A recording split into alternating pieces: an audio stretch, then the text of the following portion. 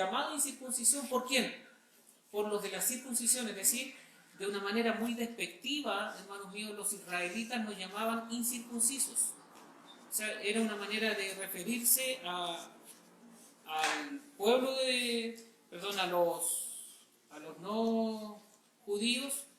Era una manera de referirse de manera, como les digo, despectiva. Y eso también nos complica a nosotros hoy día prácticamente nada. Pero en ese tiempo, en donde el apóstol Pablo está hablando a los efesios, sin duda que para ellos era tal vez hasta hiriente, porque los llamaban de una manera despectiva. Ellos ya conocían a Cristo y ellos de esa manera ya querían también estar iniciando su vida nueva en Cristo Jesús. Pero también, hermanos, debemos tener la certeza de que aun cuando fuéramos llamados de manera despectiva, nuestros hermanos en Éfeso, de esa forma, Cristo ya había hecho una obra en muchos de ellos, y eso tenía una mayor importancia y una mayor connotación. Entonces nosotros hoy día tenemos una condición especial, tenemos vida espiritual, y en otro tiempo pasado, como lo dice la Biblia, antiguo, estábamos sin las riquezas espirituales que ahora gozamos, y estábamos muertos, hermanos míos, como dice también la Escritura, en nuestros delitos y pecados. Entonces, reviste algún grado de importancia que el apóstol Pablo, inspirado por el Espíritu de Dios, diga tantas veces en 5 versículos distintos que en otro tiempo, sí, reviste una importancia, hermano. Nosotros debemos recordar de dónde Dios nos sacó. A veces se nos olvida que alguna vez nosotros éramos más pecadores que los que hoy día consideramos pecadores.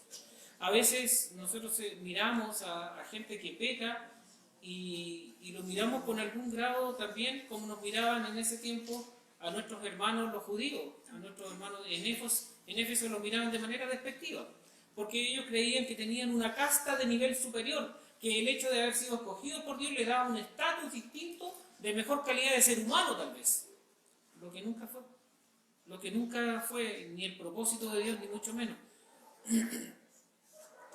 ¿Puedes tú identificar en tu vida ese otro tiempo? ¿Hay otro tiempo en tu vida? Cuando tenías una relación de cercanía con el pecado, ¿existe ese otro tiempo en tu vida, el tiempo pasado? ¿O sigues viviendo de una manera muy parecida, muy plana?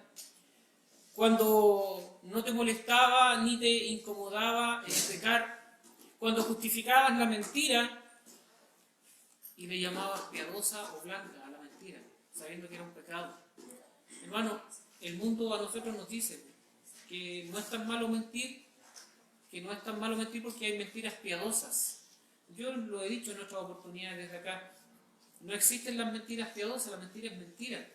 Pero cuando nosotros nos relacionábamos de una manera distinta con el pecado, sin duda que, y por cierto además que nosotros lo que hacíamos era justificar nuestro pecado. Entonces a la mentira que es pecado le llamábamos mentira blanca y así le bajábamos un poquito el estándar de mentira. Sigue siendo mentira. Las mentiras piadosas, imagínense, un crimen piadoso. Y así nosotros le llamamos al pecado, piadoso. O sea, no puede ser piadoso si es pecado, pero nosotros justificamos nuestro pecado. Cuando creías que era inofensivo y justificabas ciertas cosas, y tal vez algunos justifican el robo. Yo escuchaba gente que justifica el robo, que dicen que robarle a los ricos no es tan malo. Yo no sé de dónde inventaron eso, pero robarle a los ricos es robarle a un semejante, a un prójimo. Sin embargo, ellos justifican que no es tan malo robarle a un rico. U otros pecados, por ejemplo, el pecado del adulterio. Normalmente también los adúlteros justifican su pecado buscando culpables, habitualmente ¿en dónde? En su cónyuge. El cónyuge es culpable, me empuja a que yo peque. Finalmente soy una blanca paloma, una víctima de las circunstancias porque mi cónyuge me obligó y me llevó y me condujo al pecado. Yo, obediente de mi cónyuge, tuve que obedecer. Entonces, hermanos, justificamos el pecado buscando culpables y excusas para estar inmersos y metidos en ese mismo pecado. Entonces, lo que la Biblia nos está diciendo, hermanos míos, y principalmente en estos versos, nos está diciendo, ojo, que eso debió haber sido en otro tiempo. Cuidado con que sea ahora que tú justificas el pecado. Cuidado con que sea ahora que tú justificas la mentira, que justificas el robo, que justificas el adulterio, que justificas la fornicación. Cuidado con que ahora sea. Con que justifiquen las malas palabras, las malas acciones. Ahora no puede ser. Porque eso era cuando estábamos sin Cristo. En otro tiempo. Eso es lo que la Escritura nos está diciendo. Muchos también justifican, por ejemplo, lo mismo del adulterio, lo justifican en la rutina. Es que la rutina mató el amor. La rutina mató el amor. Me gustaría saber quién es la rutina, porque siempre le echan la culpa de todo. El desamor, las desatenciones, en fin, pero siempre estamos justificando en algo nuestro pecado. Pero ojo que la Biblia nos dice, y les insisto, porque es el tema central de esta predicación, eso debió haber pasado en otro tiempo, cuidado con que ahora estés en eso.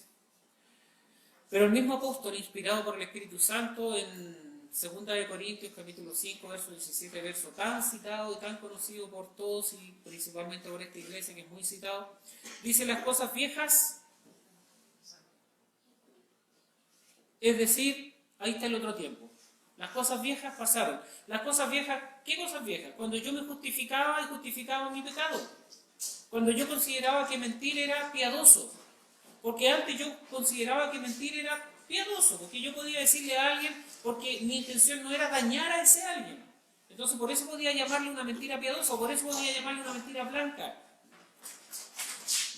Porque no tenía tal vez intenciones de dañar a otro.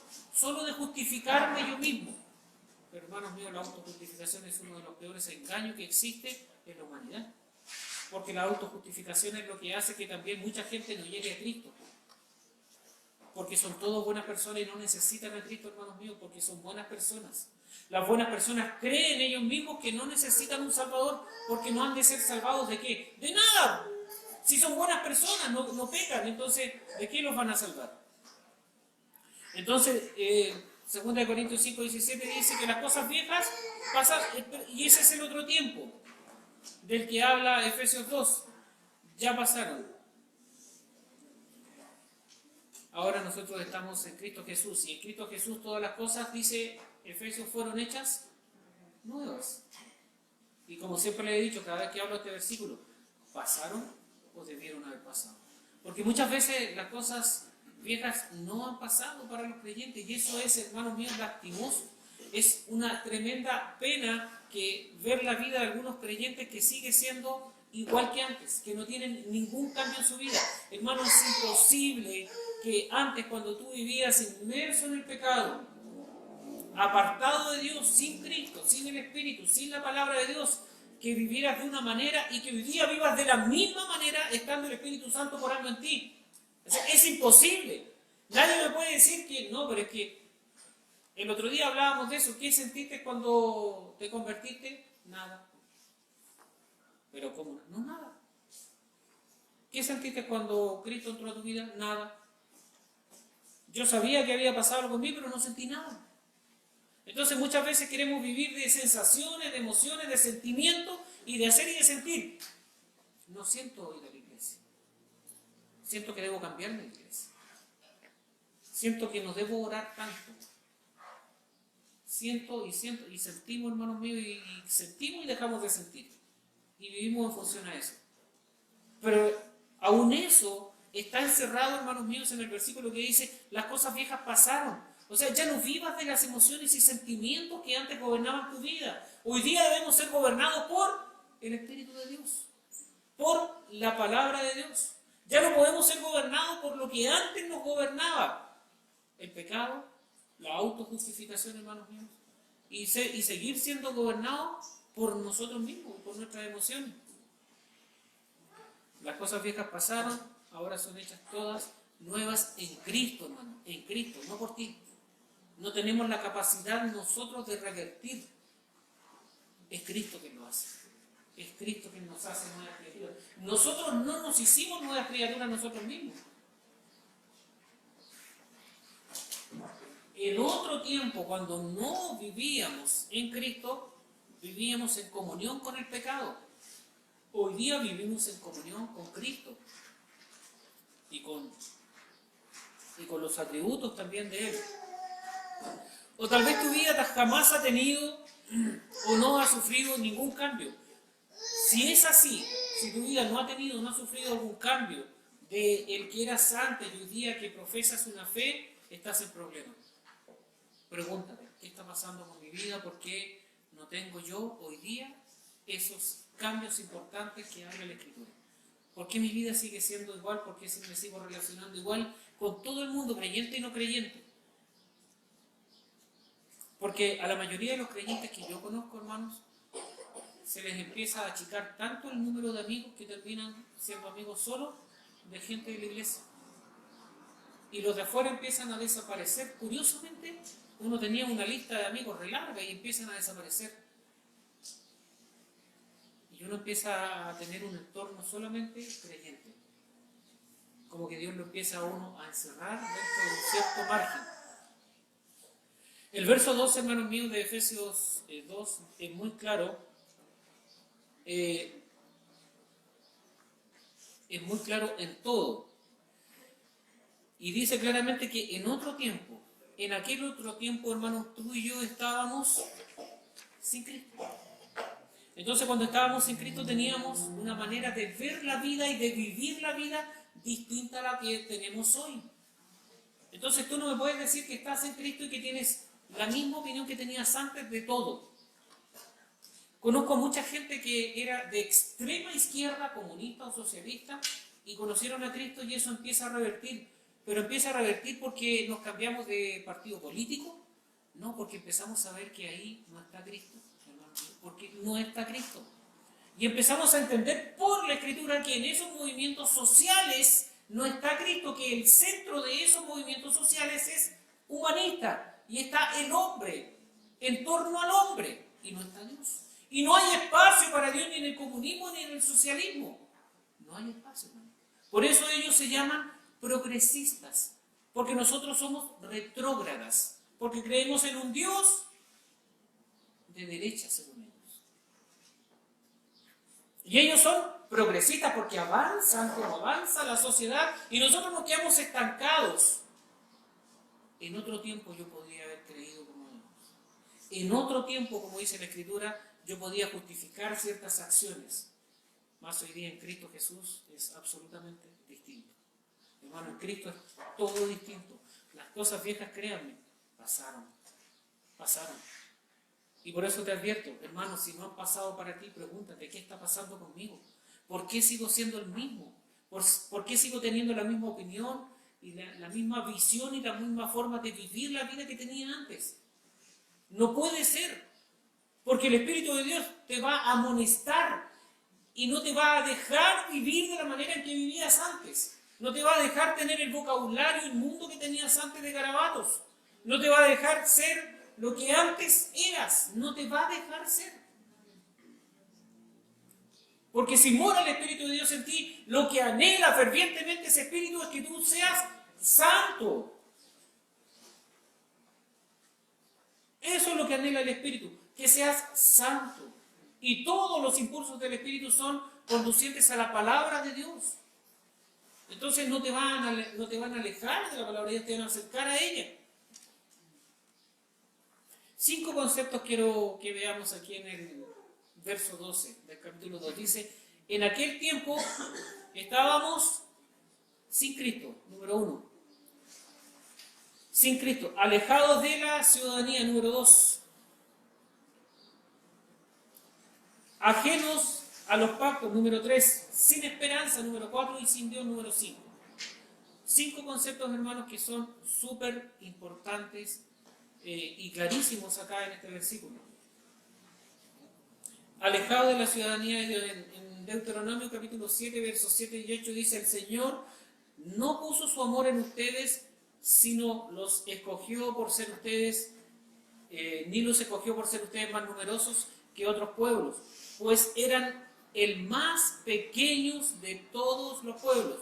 Fíjense en esto, el Señor escogió para sí un pueblo, el pueblo de Israel, y no lo escogió por ser muy, sino por ser menos que todo el resto. Más porque el Señor los amó y guardó el juramento que hizo a sus padres. El Señor los sacó con mano fuerte y los redimió de casa de servidumbre, de la mano de Faraón, rey de Egipto.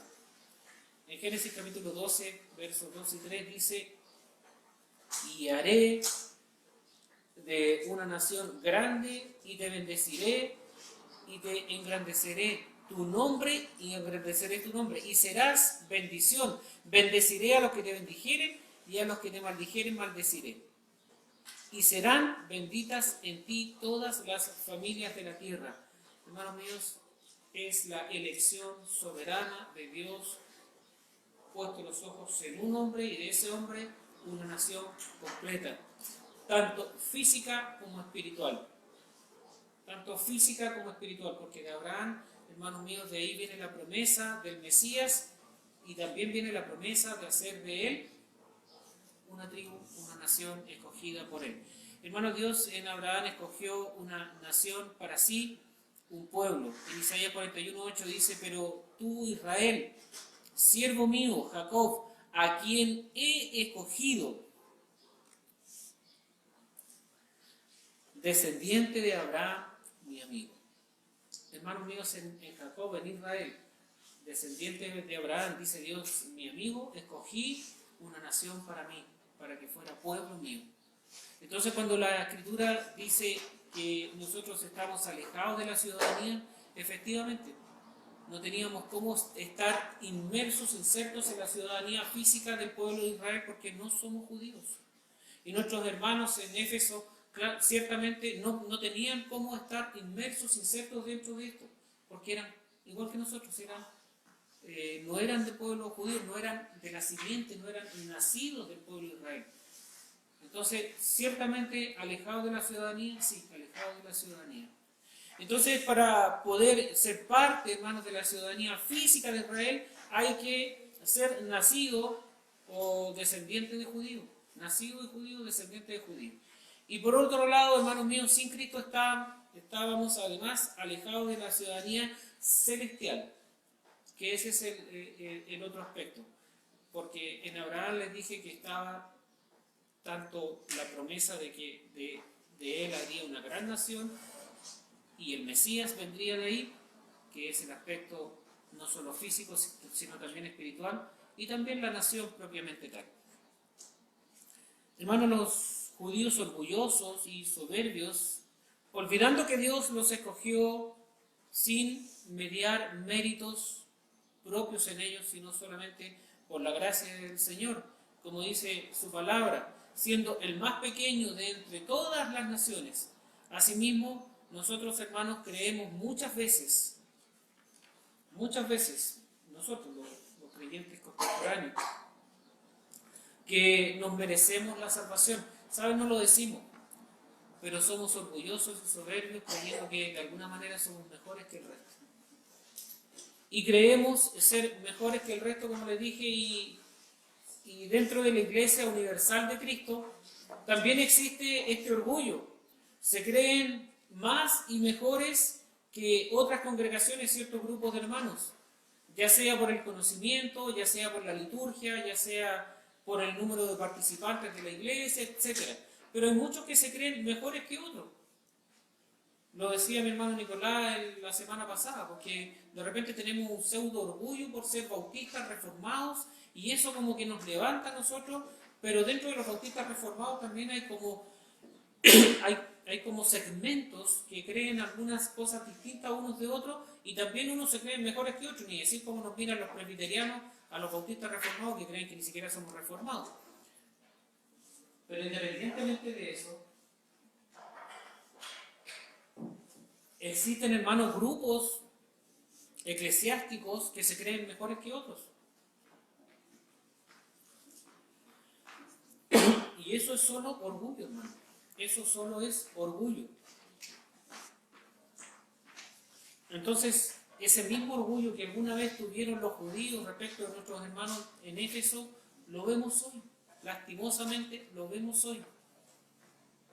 Cierto grupo de hermanos se creen mejores que otros y menosprecian, por ejemplo, a las iglesias pequeñas como esta, o un pastor que tenga 4 años de estudios teológicos menosprecia a aquel que no tiene estudios teológicos, y los mismos hermanos. Entonces, finalmente, hermanos míos, ese mismo sesgo, esa misma casta que creían ser los judíos de sí mismos, existe hoy día. No veo ninguna diferencia con aquellos hermanos. El segundo aspecto dice alejados de los pactos, y de la misma manera en que Dios escogió a Israel como pueblo y le dio su amor, así también hizo pactos con ellos. Un pacto que era distintivo entre ellos, y el símbolo de ese pacto era la circuncisión, porque la circuncisión en sí misma no era el pacto. Hermano, el pacto del Antiguo Testamento tiene que ver con el cumplimiento de los términos que fueron establecidos por Dios. Si le dijo a Israel, si tú obedeces mi palabra y mis términos, dice Dios, tú serás mi pueblo escogido. Eso lo dice abiertamente el Señor. Tú serás mi pueblo escogido. Y lo llena de bendiciones, siempre y cuando tú cumplas. Y nosotros podemos analizar y ver el pueblo de Israel desde siempre, desde el mismo Abraham, desde los comienzos hasta hoy día. El pueblo de Israel ha sido siempre, hermanos míos, un pueblo soberbio, desobediente. Este pacto, hermanos míos, era solo para los israelitas. Luego Dios estableció un nuevo pacto para todos los que estamos en Cristo, en donde ya no hay más dos pueblos, solo hay un pueblo en torno a la persona del Señor Jesucristo. Ya no hay judíos y gentiles, sino un solo pueblo, como les dije, en torno a la figura y a la persona de nuestro Señor Jesucristo. Pero lo que está diciendo Pablo a los efesios, hermanos míos, que sin Cristo están fuera del pacto de la gracia. Vosotros en otro tiempo sin Cristo, y todo lo que nombra es fuera del pacto de la gracia. Entonces da lo mismo, hermanos míos, ser judío o gentil, estando sin Cristo, no hay nada. Entonces, algunos pueden decir, sí, pero yo soy bautista reformado. ¿Eres una nueva criatura? Las cosas viejas pasaron. En otro tiempo eras de una manera determinada y hoy día eres y vives de una manera específica para honrar el nombre de Cristo. Bueno, en realidad no tanto, porque mi vida no. Entonces no sacas nada con ir a la iglesia A, B o C, porque la iglesia no te salva, la iglesia no te cambia, solo la persona del Señor Jesucristo. Hay gente que ha vivido en iglesia, hermano, por 20 años y siguen siendo los mismos inmundos de toda la vida. Siguen viviendo la misma inmundicia en sus vidas. Lastimosamente me acuerdo de lo que me contaba mi hermano el otro día respecto de un pastor. No voy a nombrar ni al hermano ni al pastor, pero es triste. Es muy triste, hermanos míos, ver a pastores que están con la esposa de su prójimo, o a pastores que están en franco pecado, hermanos míos, pastores pedófilos. Uno puede decir, pero ¿cómo? Sí. Y pastores que están ejerciendo el ministerio con la esposa de su prójimo. Entonces, hermanos míos, ¿son nuevas criaturas? Las cosas viejas pasaron. Pueden decir ellos, como dice el apóstol Pablo, por tanto, acordados que en otro tiempo ustedes eran de una manera determinada y que hoy día en Cristo son de otra manera. No, hermanos, no pueden decir eso. Entonces, hermanos míos, estábamos fuera de la ciudadanía y fuera de los pactos. Sin Cristo. Sin Cristo estábamos también sin esperanza. ¿Qué es la esperanza? Es un regalo, hermanos míos, divino que ofrece Dios y que Dios ha otorgado al mundo en la persona de su Hijo, Cristo Jesús. Esa es la esperanza.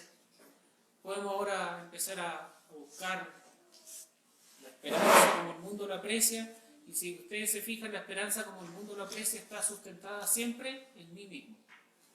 en los conceptos que yo tengo, a los que yo me aferro, que tienen que ver básicamente con la psicología y cómo yo aprecio ciertos aspectos. Yo tengo esperanza, estoy hoy día con licencia, tengo esperanza de cuando vuelva a trabajar no me echen. ¿Pero en qué está sustentada esa esperanza? En mi deseo, porque yo no quiero que me echen. Entonces estoy sustentando esa esperanza en el deseo que tengo de que no me echen. Cuando salgo a trabajar, tengo esperanza de que no me pase nada. El caso de mi hermano que anda todo el día manejando en la calle, que es tan peligroso, sí, pues. ¿Pero en qué está sustentado? En eso. En que ojalá no me pase nada, o sea, sigue siendo mi deseo, pero distinto para los creyentes. Porque nosotros tenemos esperanza en Cristo. En que las cosas que Cristo nos prometió las va a cumplir. En que Cristo prometió que nos iba a redimir y nos redimió. En que Cristo prometió que iba a volver y va a volver. En que Cristo prometió que iba a dar su vida y la dio. En que Cristo prometió que iba a resucitar, hermanos, y resucitó. Entonces mi esperanza no está basada en cosas intangibles. Está basada en cosas, hermanos, reales. Está basada en la historia de nuestro Señor Jesucristo.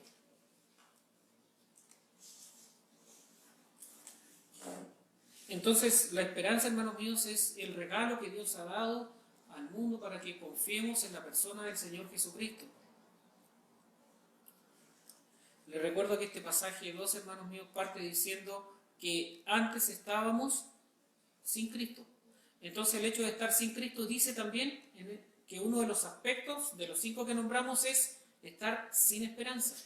Entonces, hermanos míos, el mundo tiene esperanzas, como les dije recién, en las cosas que confía y que desean y que anhelan. Pero esa esperanza no está sustentada en algo que no dependa de ellos, sino sigue dependiendo de ellos.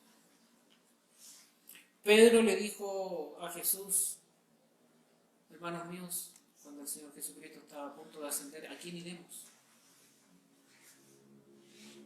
¿Y saben por qué les dice eso? Porque su esperanza estaba centrada en Él. Pero él, como no conocía el plan, pensó que se iba a quedar sin Cristo. Y le dijo, ¿y a quién iremos? Eso no es falta de fe, hermanos míos. No conocía el plan. Hoy día nosotros tenemos el canon completo. Para nosotros es fácil hoy día decir, sí, Cristo. Pero él no conocía el plan. Entonces, hermanos míos, cuando le dice a quién iremos, hermanos, esto es a raíz que Cristo se iría físicamente de este mundo. Nuestra esperanza, hermanos míos, está en la vida, obra, muerte y resurrección de nuestro Señor Jesucristo. No tiene que ver con nosotros, hermanos, la esperanza, sino con Dios mismo y con nuestro Señor Jesucristo. En el libro de 1 Corintios capítulo 13, que lo vimos también en la reunión de oración, dice, más ahora permanecen la fe, la esperanza y el amor. Estos 3, y el mayor de ellos dice es el amor. Pero fíjense, la esperanza está dentro de los 3 regalos o aspectos más importantes en la vida de los creyentes. Dice, permanecen la fe, la esperanza y el amor. Estos 3 son los aspectos más importantes, hermanos míos, en la vida de los creyentes. Sin esperanza, hermanos míos, no hay vida. Sin esperanza, no hay fe. Sin esperanza no hay amor. Y sin amor tampoco hay esta combinación. Hermanos, trabajan juntos estos 3 aspectos. Por eso los nombra de manera tan especial y particular.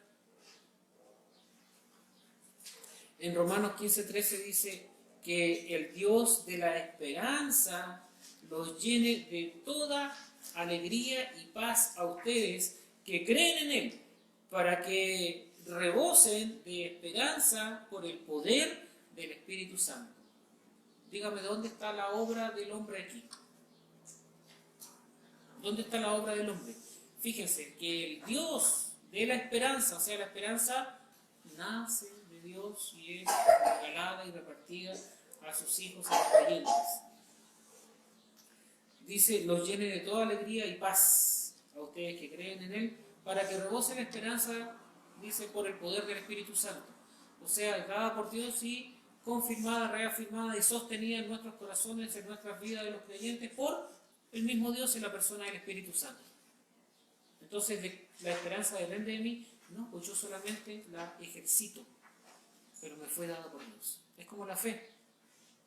Me fue dada por Dios y el amor me fue dado por Dios. Entonces, todo, hermanos míos, tiene que ver con Dios y nada conmigo. Sin Dios, hermanos míos,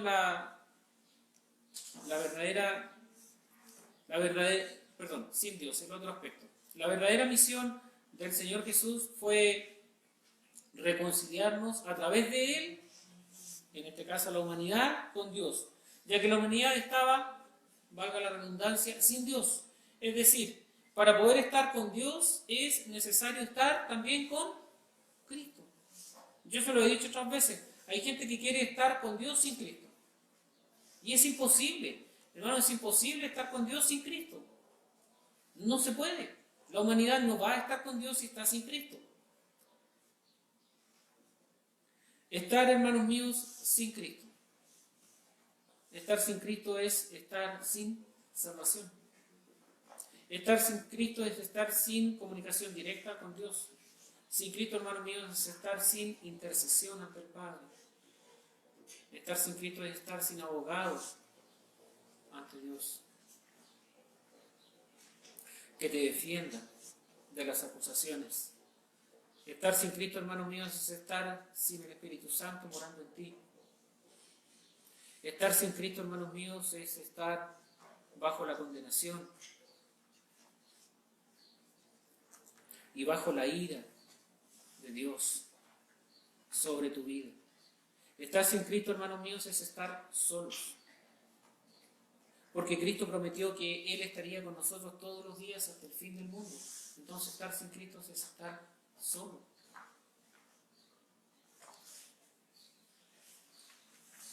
Estar sin Cristo, hermanos míos, es vivir en pecado. Hermanos míos, la Escritura dice en el libro de Hebreos, capítulo 13, dice: y el Dios de paz que resucitó de los muertos a nuestro Señor Jesucristo, el gran pastor de las ovejas, por la sangre, dice, del pacto eterno. Hermanos míos, el pacto eterno del Antiguo y del Nuevo Testamento. Hermanos, este es el verdadero pacto eterno de Dios. Desde la creación, en su gracia y misericordia, Dios ofreció a su Hijo para redención, hermanos míos, de los pecados y para libertad también de los pecadores. Hermanos míos, Abraham, Moisés, el mismo Jacob, David, el Nico, el Michel, el David, la Flavia, en fin. Hermanos míos, todos hemos depositado nuestra confianza y nuestra esperanza en la redención prometida por Dios en la persona de nuestro Señor Jesucristo. Hermanos míos, en el Antiguo Testamento se dice que era por obras, pero era puesta la fe en el Señor Jesucristo. Siempre ha sido por gracia, porque por gracia Dios no terminó este mundo. Porque por gracia, hermanos míos, Dios prometió a su Hijo en el Antiguo y en el Nuevo Testamento. Hoy día, hermanos míos, la esperanza que tienen aquellos de ser resucitados en la persona del Señor Jesucristo es desde la creación de la humanidad en adelante para todos. Y los que hoy día han muerto en Cristo tienen la misma esperanza que tienen nuestros hermanos patriarcas, que tiene Abraham, que tiene Moisés, como dije, y otros. Entonces, hermanos míos, estar sin Cristo es no tener nada en tu vida. Estos 5 aspectos, hermanos, de los que habla el verso 12, que estar sin Cristo, alejado de la ciudadanía, alejado de los pactos, sin esperanza y sin Dios, tienen un solo eje central. La vida debe ser en Cristo Jesús, para que se pueda cumplir todo el resto, para que estemos no alejados, sino acercados, insertos, inmersos, hermanos míos, de la ciudadanía celestial, es con Cristo. Para que nosotros podamos ser partícipes del pacto eterno también de Dios, la persona de nuestro Señor Jesucristo, es con Cristo. Para tener esperanza, es con Cristo. Y para estar con Dios, es con Cristo. Sin Cristo, hermanos míos, ni tú ni yo tenemos nada. Las cosas viejas pasaron, hermanos míos. Y en aquel otro tiempo, como dice el verso 12, sin Cristo estábamos alejados, sin esperanza, sin Dios y sin Padre. Oremos al Señor.